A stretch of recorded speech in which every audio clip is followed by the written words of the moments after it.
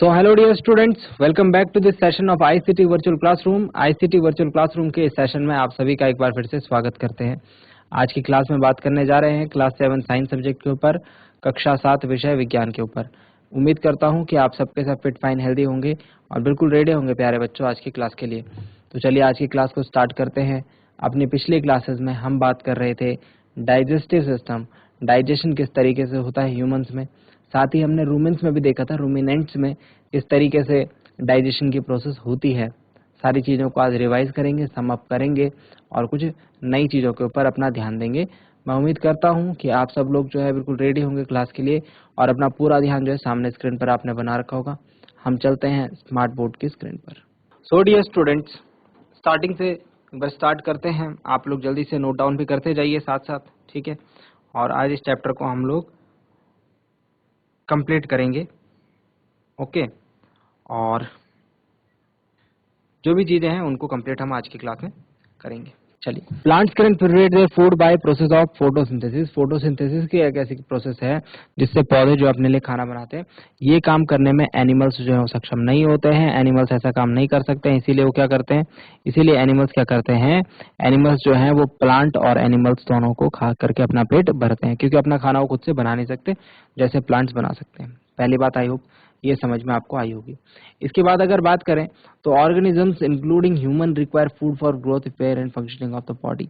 जो भी ऑर्गेनिजम्स है, जो भी भोजन लेते हैं, जो भी जीव खाना खाते हैं, सबको खाना खाने का जो कारण है वो ये है कि अपना जो उनकी वृद्धि हो रही है, जो ग्रोथ हो रही है, उसको उन्होंने रिपेयर करने, जो नई मसल्स बननी है ना। इसके अलावा जो फंक्शनिंग है बॉडी के, जो बॉडी ने जो काम करना है ना, जो डेली लाइफ में जो काम होते हैं, ग्रोथ के लिए जो काम होते हैं, है ना, उसको भी जो है चलाए रखने के लिए, उस मशीन को भी चलाए रखने के लिए फूड की जरूरत रहती है। Animal nutrition include nutrition requirement, mode of intake of food and its utilisation in the body.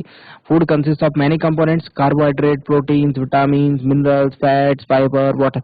ये सारी चीजें जो है फूड में प्रेजेंट रहती है। जो खाना हम खाते हैं उसमें ये सारी चीजें जो है प्रेजेंट रहती है। नेक्स्ट बात करते हैं डाइजेशन के ऊपर। Digestion is what? The components of food such as carbohydrates are complex substances. ये बात हमने करी थी। These complex substances can not be utilised as such by the body. मतलब इनको सीधे ही हमारी बॉडी यूटिलाइज कर ले ऐसा जरूरी नहीं है। They are broken down into simpler substances. इनको सिंपलर सब्सटेंसेस में तोड़ा जाता है और यही जो है इस प्रोसेस को हम डाइजेशन कहते हैं। The break down of complex components of food into simpler substances is called the process of digestion. जल्दी से नोट डाउन करेंगे इस पॉइंट को, इंपॉर्टेंट है, तो जल्दी से इसे एक बार नोट डाउन कर लें, फिर हम आगे बढ़ते हैं।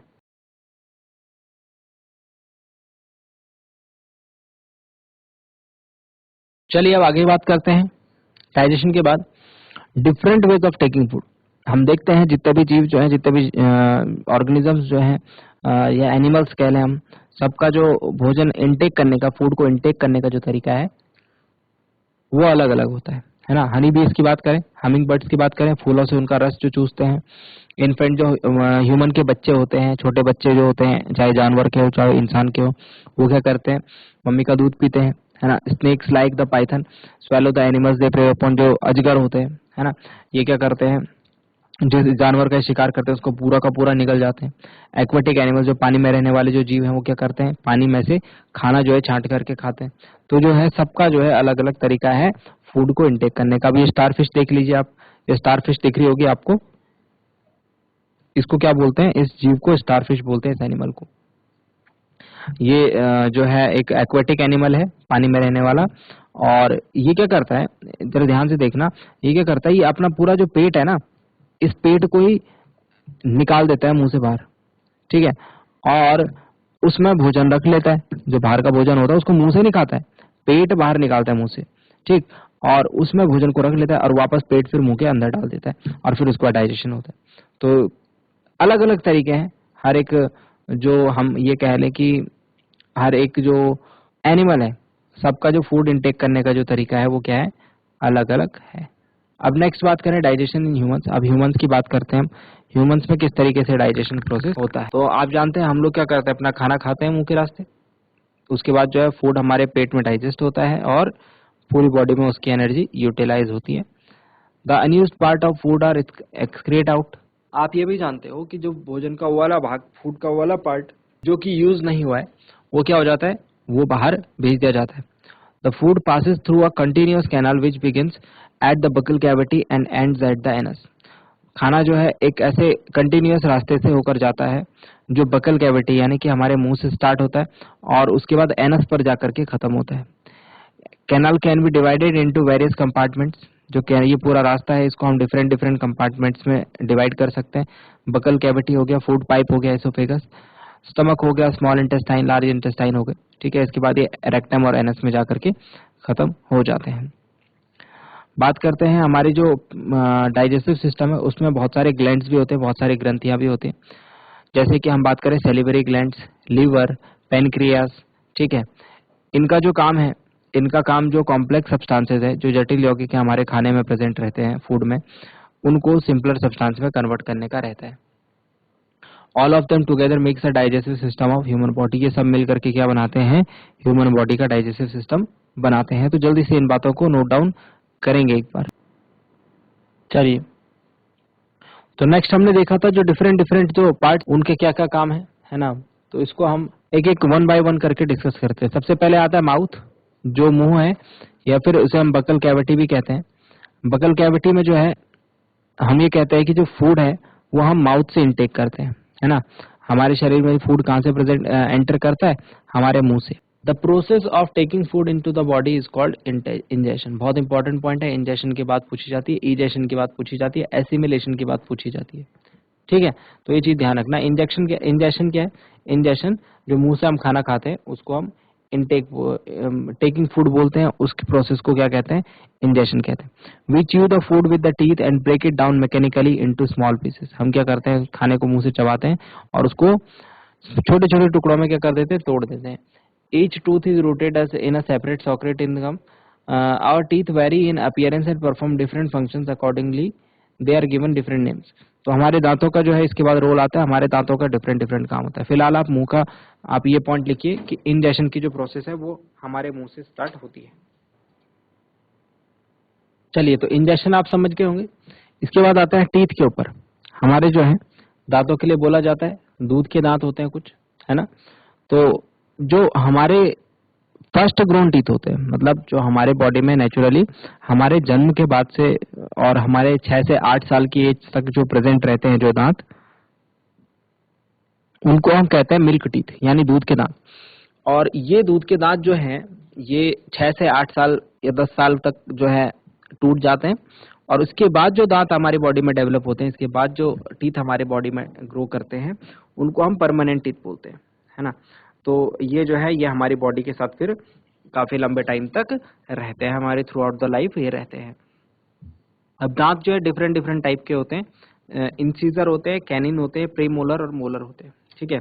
तो इनको दिखाते हैं आपको किस तरीके से होते हैं, अभी नोट कर लेंगे इनको। ये देखिए, तो इंसीजर जो है सबसे आगे वाले जो दांत है, ये कैंची जैसे दांत होते हैं, है ना। खाने को जो है टुकड़े टुकड़े करने का काम ये करते हैं, टीयर करने का काम करते हैं। उसके बाद जो साइड के जो 2 दांत हैं ये होते हैं हमारे कैनिन टीथ। क्या होते हैं, कैनिन टीथ, ठीक है। इनका काम भी जो है खाने को टीयर करने का होता है। देन उसके बाद आते हैं प्रीमोलर। ये वाले 4 दांत जो है ये प्रीमोलर है, ठीक है। प्रीमोलर के बाद आते हैं मोलर। तो प्रीमोलर और मोलर का काम क्या है, ग्राइंड करने का, खाने को ग्राइंड करने का, उसको छोटे छोटे टुकड़ों में जो है उसका बिल्कुल जूस बना देने का काम है इन दांतों का। तो नोट डाउन करेंगे कौन कौन से दांत होते हैं, जल्दी से नोट डाउन करें, इंपॉर्टेंट है ये आपके लिए, जल्दी नोट डाउन करेंगे।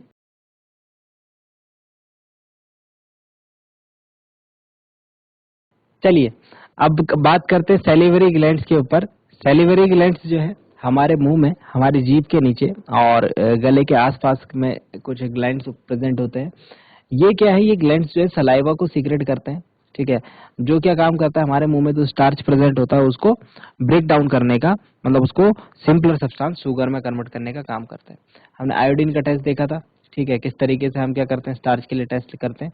बहुत मुश्किल टेस्ट नहीं है, इजी टेस्ट है। 2 टेस्ट ट्यूब लेना है, एक में हमने उबला हुआ जो चावल है वो डालना है और एक में वो चावल डालना है जो उबल करके हमने चबाया है उसे, और 2-3 मिनट हमने उसे चबाया और उसके बाद उसको हम दूसरे टेस्ट ट्यूब में डालेंगे। दोनों टेस्ट ट्यूब में थोड़ा थोड़ा पानी डालेंगे, ठीक है, और 2 से 3 बूंद की जो है आप आयोडीन सॉल्यूशन डालें, ठीक है। अब आप देखेंगे दोनों ट्यूब्स में आपको अलग अलग कलर देखने को मिलेगा। देखिए, एक टेस्ट ट्यूब का कलर अलग, एक टेस्ट ट्यूब का कलर अलग। एक टेस्ट ट्यूब का कलर आपको ब्लू ब्लैक दिखेगा। जो ब्लू ब्लैक कलर होगा आपको देखने को मिलेगा वो ए वाली टेस्ट ट्यूब में, जिसमें आपने उबला हुआ चावल डाला था, और जिसमें आपने जो चबाया हुआ चावल डाला था उसमें नहीं दिखेगा। मतलब जिसमें जो खाना आपने चबाया नहीं उसमें आयोडीन प्रेजेंट था, और जो खाना आपने चबा दिया उसमें से आयोडीन जो है वो कन्वर्ट हो गया, मतलब उसमें आयोडीन नहीं था, सॉरी उसमें स्टार्च नहीं था। ठीक है, तो ये एक छोटा सा टेस्ट है, आयोडीन टेस्ट परफॉर्म करता है। चलिए, स्वीट्स एंड टूथ डिके बहुत इंपॉर्टेंट टॉपिक है। हमारे दांत जो है ये खराब होने लगते हैं। देखो कैसे खराब होने लगते हैं, कि हम लोग जो खाना खाते हैं वो खाना हमारे मुंह में रह जाता है, और हम मुंह की सफाई अच्छे से नहीं करते खाना खाने के बाद, जिस कारण क्या होता है हमारे मुंह में कुछ बैक्टीरिया प्रेजेंट होते हैं। ऐसे तो वो बैक्टीरिया हमारे लिए हानिकारक नहीं होते हैं, ठीक है, बट ये है कि जब खाना हमारे मुंह में प्रेजेंट होता है तो कुछ और बैक्टीरिया भी मिल करके उस खाने को कंज्यूम करते हैं। कंज्यूम करने के बाद जो गैसेज वो रिलीज करते हैं वो हमारे मुंह में रह जाती हैं, वो एसिडिक होती हैं, यानी कि अम्लीय होती है, जिससे हमारे दांत जो है वो खराब होने लगते हैं। हमारे दांत का जो मटेरियल है, जो सबसे बाहर का मटेरियल है, ठीक है, वो जो है खराब होने लगता है, और इसके बाद धीरे धीरे धीरे धीरे ये जो खराबी है ये अंदर तक पहुंचती जाती है। जब ये बिल्कुल हमारे गम, हमारे मसूड़े तक पहुंचेगी तो हमको क्या है, इन्फ्लेमेशन यानी कि दर्द और जलन की शिकायत होगी, जिससे कि हमको बहुत तकलीफ हो सकती है। तो हमको क्या करना है, टूथ डीके को बचाने के लिए क्या करना है, ब्रश करना है भाई। ब्रश करना है दिन में 2 बार, ठीक है, और डेंटल फ्लॉस जो है एक पतला सा धागा होता है, उससे अपने दांत के बीच फंसी हुई गंदगी को आप निकाल सकते हैं। डर्टी फिंगर्स को अपने मुंह में नहीं रखना है, स्वीट्स, चॉकलेट, आइसक्रीम कम खानी है। तो ये कुछ तरीके आप अगर मेजर करें, कुछ तरीके अगर आप अपनाएं, तो आप अपने दांतों को खराब होने से बचा सकते हैं। ठीक है, तो एक बार टूथ डीके के बारे में लिख लीजिए जल्दी से।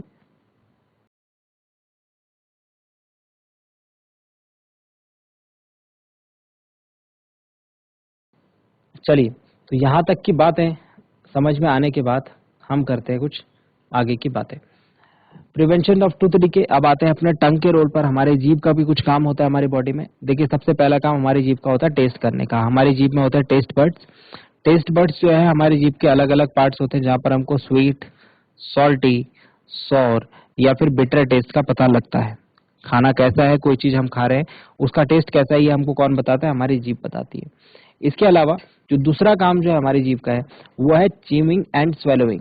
मतलब जब हम खाना खा रहे हैं तो खाने के साथ सलाइवा को मिक्स करने का काम जो है जीभ का है। खाने के साथ सलाइवा मिक्स होगा तो उसका क्या फायदा होगा, उससे फायदा ये होगा कि जो भोजन, जो हम खाना खाते हैं वो हम इजीली स्वेलो कर पाएंगे। दूसरा, मैंने अभी आपको बताया, सलाइवा से क्या होता है, जो स्टार्च है वो शुगर में कन्वर्ट हो जाता है। तो ये जो है बेनिफिट है टंग के। टंग की वजह से हम क्या कर सकते हैं, हम खाने को आसानी से स्वेलो कर सकते हैं। इन बातों को भी जल्दी से नोट डाउन करें।